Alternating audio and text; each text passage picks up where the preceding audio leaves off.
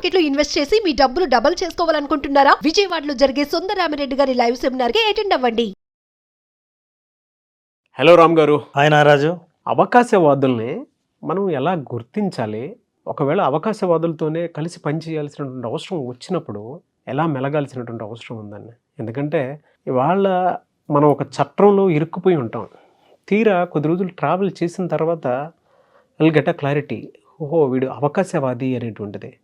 ఎవరన్నా అడిగితే వాళ్ళు సింపుల్గా ఒక మాట చెప్పేస్తారు మనకి, మోసపోవటం నీ తప్పు కానీ వాళ్ళది ఎందుకు తప్పొద్దని చెప్పేసి ఒక మాట అనేసి వెళ్ళిపోతారు. సార్ మనసుకి ఎంత కష్టంగా ఉంటుందని అంటే, నేను ఎంత చేసి ఎదుటిన్నోడి చేత మాట అనిపించుకునేది ఇదే అని చాలా సఫర్ అవుతాము.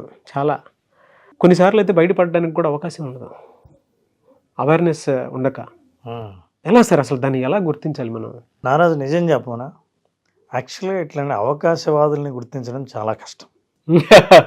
ఎందుకంటే అసలు అవకాశవాదులు నేర్చుకున్న ఒకే ఒక స్కిల్ ఏంటంటే, ఎప్పటికప్పుడు పరిస్థితులకు అనుగుణంగా వాళ్ళను అడాప్ట్ చేసుకోగలిగిన వాళ్ళ నేచర్ వల్ల వాళ్ళని గుర్తుపట్టడం చాలా కష్టం. అదే వాళ్ళకున్న స్కిల్. అందుకే ఆపర్చునిటీస్ ఎట్లా మనం గుర్తుపట్టాలి అని అంటున్నప్పుడు కష్టం కాబట్టి, గుర్తుపట్టలేదు కాబట్టి మీరు ఆపర్చునిస్ట్స్కి బలైపోయారు. అవకాశవాదులకు మీరు స్కేప్ గోట్ అయ్యారు, బలిపశువుగా మారారు.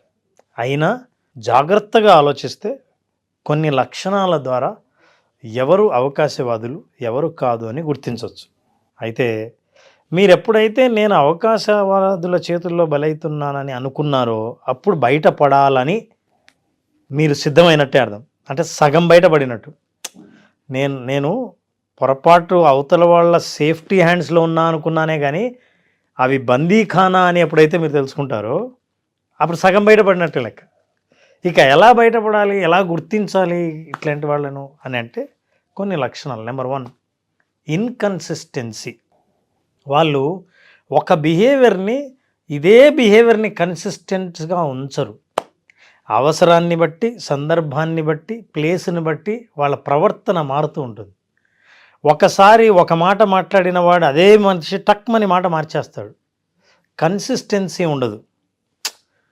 ఏం పర్వాలేదులే అని ఒకసారి అంటే, ఏం పర్వాలేదేంటి, ఏంది పర్వాలేదు, సీరియస్గా తీసుకోవాల్సిందే అని ఒకసారి అంటాడు. అదే ఇంతకుముందు ఏం పర్వాలేదని అన్నాడే. సో మనిషి ఎప్పటికెప్పుడు అడాప్ట్ అవుతుండడం వల్ల, ఈ లక్షణం వల్లే వాళ్ళని గుర్తుపట్టడం కష్టం. సందర్భానికి అనుగుణంగా ప్రవర్తించాడేమో అని అనుకునే ప్రవర్తన ఈ ఇన్కన్సిస్టెంట్గా ఉండడం వల్ల అది ఒక లక్షణంగా గుర్తించాలి. ప్రవర్తనలోనే కాదు, ఒక్కోసారి వాళ్ళ మాటలో, వాళ్ళ కమ్యూనికేషన్లో ఒకే విధంగా ఉండరు. రెండవ లక్షణం ఏంటంటే, ఇప్పుడు నేను ఎప్పుడైతే ఒకే రకంగా ఉండరని అన్నానో, మన దృష్టి ఎవరినైనా సరే వీళ్ళని నేను అబ్జర్వ్ చేయాలి అని అనుకున్నప్పుడు ఒక సందర్భాన్ని తీసుకొని, ఈ సందర్భంలో వీళ్ళు ఎలా రెస్పాండ్ అయ్యారు, మళ్ళీ ఇలాంటి సందర్భం వచ్చినప్పుడు అలాగే రెస్పాండ్ అయ్యారా, అలాగే ఆలోచించగలిగారా లేదా అని మీరు అనుకుంటే అప్పుడు తెలుస్తుంది తేడా. అప్పటికి ఇప్పటికి తేడా ఏంటి. ఈ తేడాల్లో కారణం ఏమై ఉంటుందంటే, ఇది రెండో కారణం, సెల్ఫ్ సెంటర్డ్. వాళ్ళు ఏంటంటే స్వార్థపూరితమైన. స్వార్థం అంటే ఏంటి? తన ప్రయోజనం కోసమే ప్రతిసారి తన ప్రవర్తనను సమర్థించుకుంటారు. వాళ్ళకు ప్రయోజనం ఉంటుంది. Self centred. ఈ సెల్ఫ్ సెంటర్డ్ వల్ల మారిన ప్రవర్తనను కూడా సమర్థించుకుంటారు. సో ఇట్లా సమర్థించుకోవడం అనేది రెండో లక్షణం. అంటే సెల్ఫ్ సెంటర్డ్. ఫస్ట్ అసలు స్వార్థం ఉంటుంది వాళ్ళకు. ఈ స్వార్థం ఏంటంటే, మీ మీద అభిమానం చూపించినట్టున్నా, మీ మీద ప్రేమ చూపించినట్టుండి, మిమ్మల్ని కేర్ తీసుకుంటున్నట్టున్న అవుట్కమ్ మాత్రం వీళ్ళకున్న ప్రయోజనమే ఎక్కువ కనిపిస్తుంది. అయితే మీరు ఎక్కడ పొరపాటు పడతారంటే, ప్రేమ, అభిమానము, ప్రేమ, కేర్. వీళ్ళ డబ్బులు వీళ్ళు తినేసినా పర్లేదు, అంటే అవుట్కమ్ వీళ్ళు డబ్బులు తినేస్తారు, కానీ వీళ్ళు మాత్రం బందీఖానాలో ఉంటారు. ఈ రెండు చేతులు పెట్టినట్టు కాపాడినట్టున్న చేతులే కానీ అది పిడికిలు అనే విషయం గుర్తించరు. సో ఈ పిడికిల్లో బందీఖానా సెల్ఫ్ సెంటర్డ్ వాళ్ళ ప్రవర్తన వల్ల అందులో ఉండిపోయి చివరికి పూర్తిగా వాళ్ళ మీద ఆధారపడిన పరిస్థితి వచ్చినప్పుడు గుర్తించలేరు. వీళ్ళు అవకాశవాదులా కాదా అని ఆధారపడవలసి వచ్చినప్పుడు, ఎప్పుడైతే అమ్మో ఇది అవకాశవాదులో నేను ఇరుక్కున్నాను ఇప్పుడు బయటపడాలి అని అనుకున్నారో 50% బయటపడినట్టే లెక్క. ఈ సెల్ఫ్ సెంటర్డ్నెస్ను గుర్తించాలి, వాళ్ళ స్వార్థం ఏంటి అన్నది. మీరు ఇందాక అన్నట్టు 50% బయటపడినట్లు లెక్కనంటే ఫస్ట్ వాళ్ళకి ఆ థాట్ ఖచ్చితంగా క్రియేట్ అవ్వాలి. అవును. ఈ వీడియో చూసిన తర్వాత అయినా సరే కొంతమందికి అర్థమవుతుంది, ఓహో నేను ట్రాప్లో ఉన్నానా. అవేర్నెస్ అండి. ఈ అవేర్నెస్, అసలు అవేర్నెస్ అంటే జ్ఞానం అని. ఈ జ్ఞానం ఎప్పుడైతే వచ్చిందో చీకటి పోయిందని అర్థం. అంతే. ఇంతవరకు అంధకారంలో ఉన్నాను నమ్మి ఇప్పుడు తెలిసాను. ఈ అవకాశవాదులు మ్యానిపులేట్ చేయడం అన్నది వాళ్ళకున్న పెద్ద స్కిల్. ఈ మ్యానిపులేషన్ అంటే ఏంటంటే ఇందాకే మనం అనుకున్నాం, మీకు ఇచ్చే ఇంప్రెషన్ ఎలా ఉంటుందంటే నా గురించి పట్టించుకునేవాడు ఒకడు ఉన్నాడు, నా గురించి ఆలోచించే వాళ్ళు ఉన్నారు, నేను ఏం చెయ్యాలో ఏం చెయ్యకూడదో చెప్పేవాళ్ళు ఉన్నారు అనేదాన్ని కేర్గా మీరు భావిస్తే వాళ్ళ అవసరంగా వాళ్ళు భావిస్తారు. సో ఈ మ్యానిపులేటివ్ బిహేవియర్ వల్ల అవతల వాళ్ళు మీకు ఎప్పుడు కనిపించినా సరే వాళ్ళలో మంచిని మాత్రమే బయటపడేటట్టు జాగ్రత్త పడతారు. అందువల్లే వీళ్ళని గుర్తించడం చాలా కష్టం. 4వది, వీళ్ళకి ఎక్కువ పొగడతా అలవాటు. ఉన్నదానికి లేనిదానికి ప్రతిసారి ఎక్కువగా మెచ్చుకుంటుంటారు, విపరీతంగా మెచ్చుకుంటుంటారు. అసలు ప్రతి మనిషికి ఎవరైనా సరే నన్ను మెచ్చుకునే వాళ్ళు ఉంటే వాళ్ళ మెచ్చుకోలు కోసం ఎదురు చూసే మానవ జీవితాలు చాలా ఉంటాయి. సో అలాంటి మెచ్చుకునే వ్యక్తి నా పక్కనే ఉండి నన్ను కేర్ తీసుకునే వాళ్ళు ఉండగా వాళ్ళకంటే ఇంకెవరిని నమ్మాలి అని అనిపిస్తుంది. కానీ వీళ్ళకున్న ఈ లక్షణాల్లో విపరీతంగా మెచ్చుకోవడం, అవసరాన్ని బట్టి వాళ్ళని ఫ్లాటర్ చేయటం, ఇవన్నీ అంటే ఆ మెచ్చుకున్నప్పుడు వీళ్ళకి ఏదో ప్రయోజనం ఉంటుంది, అది చూడాలి. ఈ లక్షణం కూడా వాళ్ళకు ఉంటుంది. స్వార్థం అన్నది సెంటర్గా ఉండి అవతల వాళ్ళ బిహేవియర్ని ప్రతిసారి కంట్రోల్ చేస్తూ దాన్ని ప్రేమగా కేర్గా చూపిస్తూ ఉన్న వాళ్ళందరూ అవకాశవాదులు. ఈ ఆపర్చునిస్ట్ గురించి నారాజు సుమతి శతకంలో ఒక పద్యం ఉంది. ఎప్పుడు సంపద కలిగిన అప్పుడు బంధువులు ఒత్తురు, అది ఎట్లనినన్ తెప్పలుగా చెరువు నిండిన కప్పలు 10,000 చేరు కదరా సుమతి అని. సో ఎప్పుడైతే వాళ్ళకి కావాల్సింది దొరుకుతుందని వాళ్ళు అర్థం చేసుకుంటారో అప్పుడు మన మీద దాడి చేసి వాళ్ళని అవకాశంగా వాడుకుంటారు. సరే, నేను అవకాశవాదానికి గురి అవుతున్నాను అని తెలుసుకునే జ్ఞానమే బయటపడడానికి మార్గం ఓపెన్ అయినట్టు లెక్క. ఆ అజ్ఞానమే నేను ఆనందంగా చాలా సేఫ్గా ఉన్నానని అనుకోవడమే అజ్ఞానం. అయితే ఒక్క విషయం చెప్పాలి నారాజు, చాలా ముఖ్యమైన విషయం. జెన్యూన్గా ఈ లక్షణాలు ఉన్న వాళ్ళందరూ కూడా అలాగే కనిపిస్తారు. మీరు ప్రమాదంలో పడే అవకాశం ఉంది. అంటే ఇట్లాంటి లక్షణాలు చూపించిన వాళ్ళందరూ అవకాశవాదులేమో అనుకుంటే మాత్రం పొరపాటే. అవును. ఎందుకంటే మంచి వాళ్ళకు కూడా ఇలాంటి లక్షణాలు ఉండే అవకాశం ఉంది. మీరు ఇందాక అన్న దాంట్లో నాకు ఒకటి అనిపించారు. అవుట్కమ్ ఒకటి ఉంటుంది, ప్రొటెక్షన్ ఉన్నట్టు ఒక లేయర్ కనిపిస్తుంది, వీళ్ళని కంట్రోల్ చేసి చూస్తారు అనేటువంటిది. అదొక క్యారెక్టరిస్టిక్స్ కింద చెప్పొచ్చు. అలాంటివి వీళ్ళు సఫర్ అయ్యేటువంటి ఏ విధంగా ఉంటాయి అంటే ఎక్స్ట్రీమ్ లెవెల్లో. ఓవర్ డిపెండెన్సీ వల్ల ఒక నిర్ణయం తీసుకోలేరు. బయటికి వెళ్ళాలన్నా వీళ్ళ తోడు కావాల్సిందే. అసలు మీకోసం మీ డబ్బుతో మీరు చేసే పనిని కూడా వాళ్ళు చెప్పకుండా చేయలేని స్థితికి చేరుకుంటారు.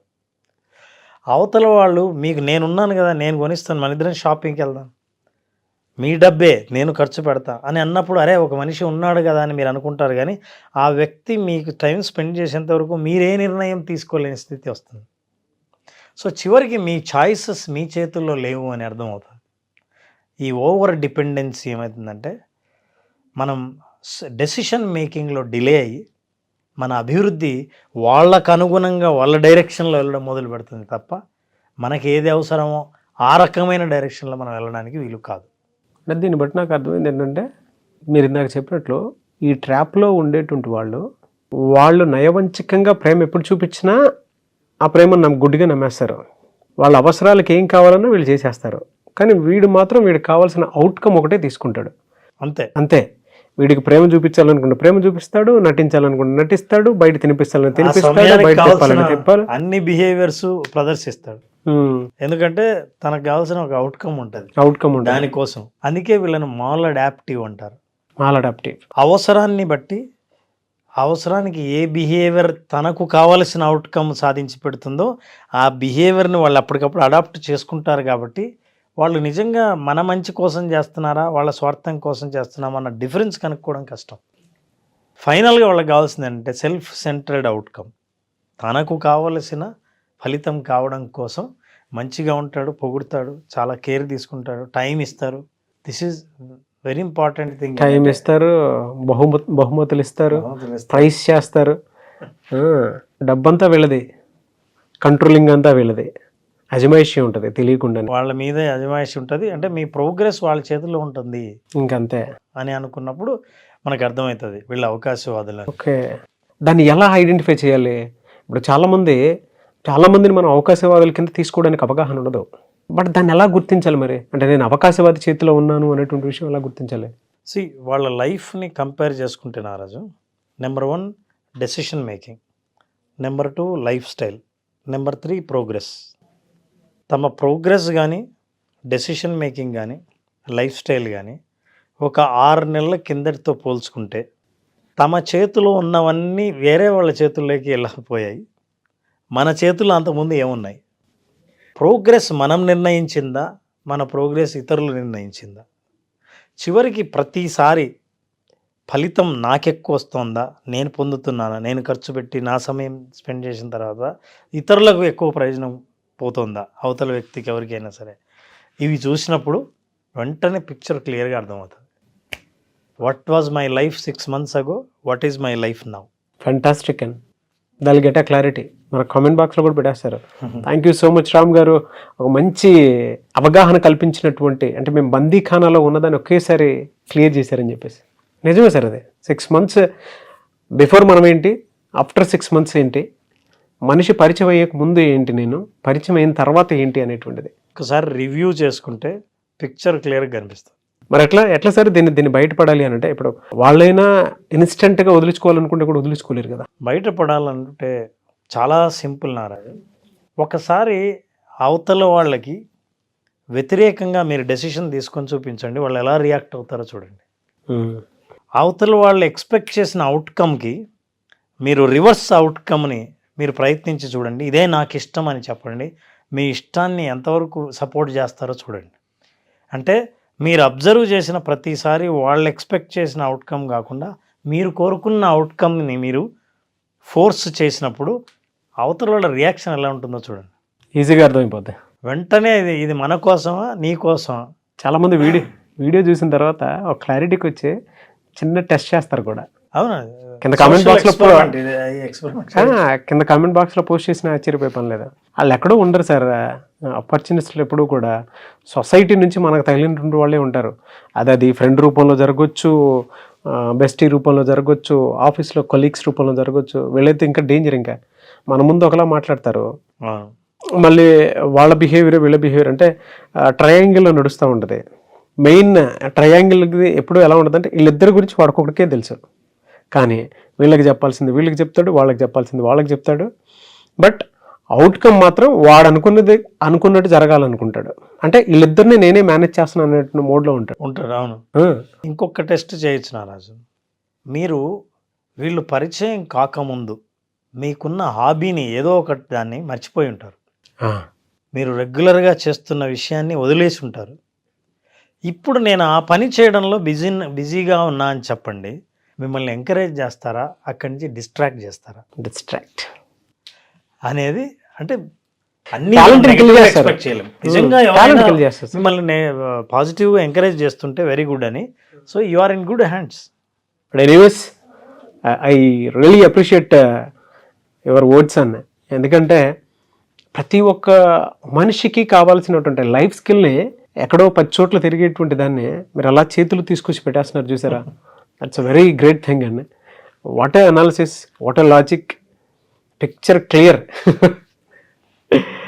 థ్యాంక్ యూ అన్న, thank you so much Ram garu. Thank you Naraj, thank you so much.